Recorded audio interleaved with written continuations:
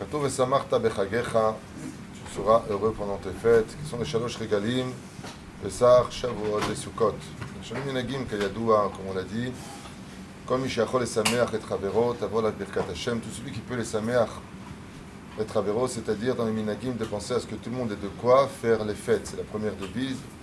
Deuxième minag qu'on connaît tous, de décorer les bêtes knesseot, au bâtem midrashot, ainsi que la maison par des fleurs, parce que Kadosh Baruch Hu a rempli le Sinaï en l'honneur du don de la Torah des enfants d'Israël, non pas dans un endroit désertique, mais qu'il a amené de toutes les plantes exotiques de la création du monde.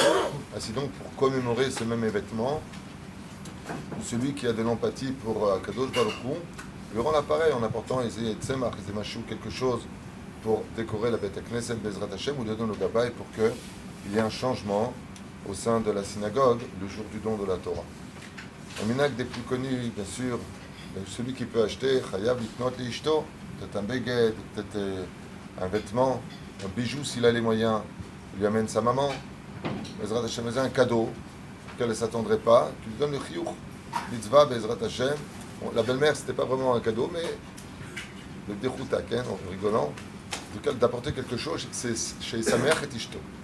On a posé la question hier, quel est l'ingrédient principal du don de la Torah? Il y a deux ingrédients sur lesquels, Béhémet, on ne peut pas ressentir la fête, c'est l'humilité et la joie. Je pense que vous comprenez les deux points. De venir avec beaucoup de Yediya Batorah Zenachon, aval, la Torah ne peut se donner qu'à travers deux éléments. Ha'anava, comme le dit le Chida Kadosh, l'humilité et la joie. Si on a les deux, en général, ils vont très bien ensemble, avec les orgueilleux qui ne sont jamais heureux.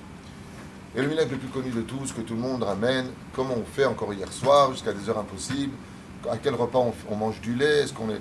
Je suis tunisien, personne n'a le lait chez nous. Alors, c'est d'où la reine. L'histoire du lait qu'on a l'habitude de consommer à Shavuot, minag nachon, minag yafé, il a ses références. Dvash ve'halav tahat leshoner, comme le dit le roi Salomon dans Shir HaShirim, la Torah est comparée au lait et au miel. Pour dire qu'elle est blanche comme le lait, elle est pure comme le lait, elle a fait teshuva comme le lait, car le lait, avant d'être du lait, si vous ouvrez une vache, il n'y a pas de lait à l'intérieur, c'est une transformation du sang, comme le dit la Gemara à propos de la femme Nida.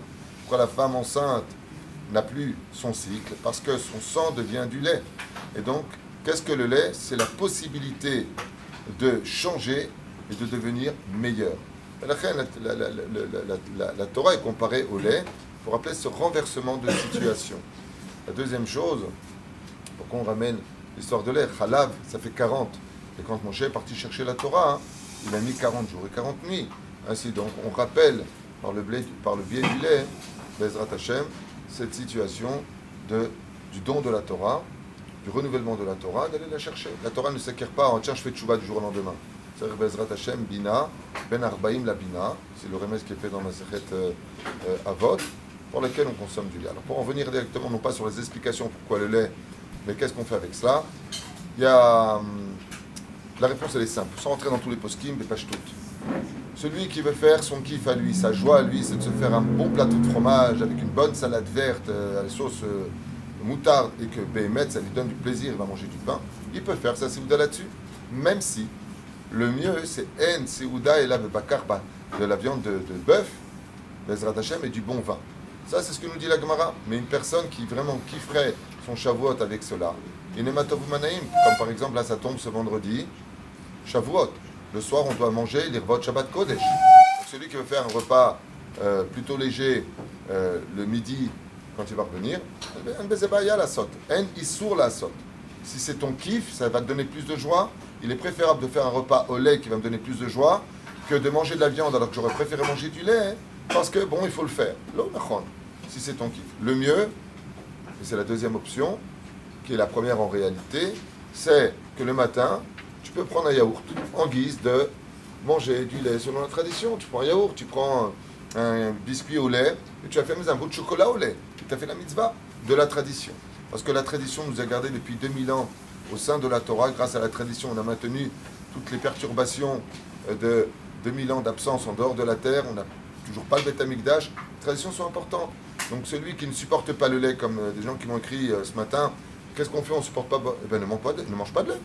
Là, si tu n'as pas mangé du lait, tu n'as pas fait Shavuot, ma pitom. Bien sûr que non. Mange ce qui est bon pour toi, tant que c'est caché la maladrine, Et celui qui peut faire à la viande, t'as voilà, bracha be'ezrat Hashem. Et celui qui veut boire dès l'étage, un bon verre de lait, inematov ou manaim. Aïkar, au-delà du lait et de la viande, c'est qu'il fasse surtout une belle teshuva, remplie d'humilité et de joie. Zé ikar achaf.